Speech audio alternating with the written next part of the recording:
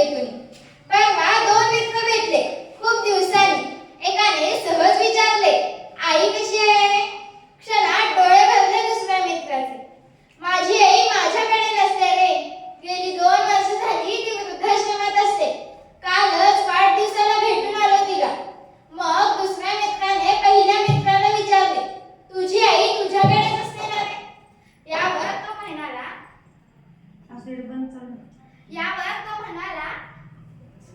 हा घे. देवाची कृपा, त्याने मला आईपेक्षा मोठं केलं नाही. माझी आई माझ्याकडे नसते रे. मीच तिच्याकडे राहतोय जन्मापासून. अशा या प्रत्येकाच्या सर्वश्रेष्ठ आईस मी ऋचा रमेश पाटील, एम.आर. हायस्कूल गडिंग्लज, इयत्ता 7वीची विद्यार्थिनी, या विचारपीठावरून विषय मांडतेय, आई खरंच काय असते?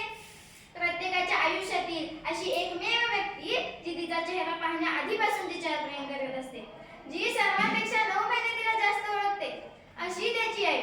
मुलाला थोडं देखील लागलं तरी तिच्या काळजात सर्वप्रथम चढतं, अशी त्याची आई.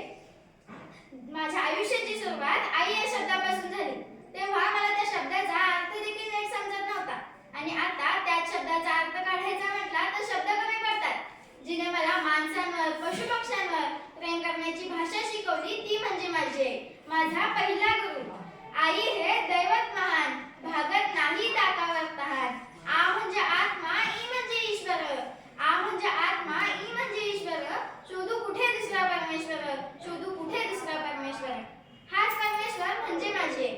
माझ्या आवडीनिवडी, माझा अभ्यास, शस्त्रकलेचा सराव, विविध स्पर्धा परीक्षांची तयारी, या सगळ्याचा मेळ घालण्याचा ती प्रयत्न करत असते, कारण तिची माझ्याशी जोडलेली नात. आपल्या बाळाच्या ओढीने उभा डोंगर पार करणारी कीर्तनी आपल्या सर्वांना माहीत आहेच. शेवटी आई ती आईच असते. मूल होत नसलेल्या बाईने दुसऱ्या एका बाईचे 2-3 महिन्याचे मूल पळवले. त्या खऱ्या आईला चोरट्या बाईचा पत्ता कळताच ती तिच्याकडे जाऊन आपले मूल मागू लागली. पण ती चोरटी बाई हे मूल आपलेच आहे असा दावा करू लागली. मग हे प्रकरण न्यायालयात गेले. न्यायमूर्ती म्हणाले, ज्या अर्थी तुम्ही दोघी हे मूल आपलेच आहे असा दावा करताय, त्या अर्थी हे मूल कोणाचे हे कळणे कठीण आहे. म्हणूनच मी या बाळाला कापून त्याचा अर्धा भाग तुम्हा दोघींना देतो. न्यायमूर्तींचा हा कठोर निर्णय ऐकताच त्या बाळाची खरी आई लगेच म्हणाली, वाटल्यास माझे बाळ या बाईला द्या, पण असे काही करू नका.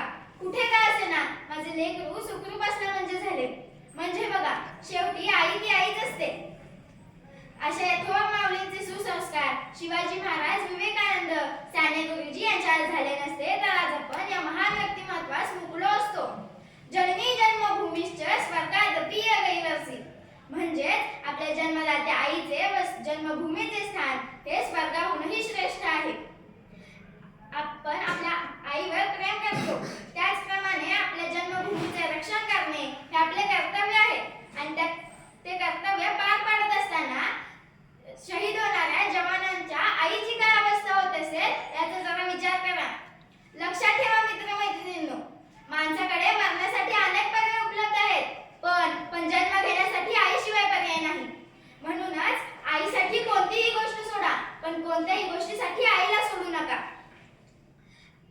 हे जग खूप सुंदर आहे आणि या जगाचे दर्शन घडवते ती म्हणजे आई आणि फक्त आईच. म्हणूनच या जगातील सर्व आयांसाठी असं म्हणावं वाटतं. म्हणून म्हणते आनंदानं भरावी तुझी ओटी, पुन्हा एकदा जन्म घ्यावा माय तुझ्या पोटी रे, माय तुझ्या पोटी. तुझ्या चरणी, तुझ्या चरणी, तुझ्या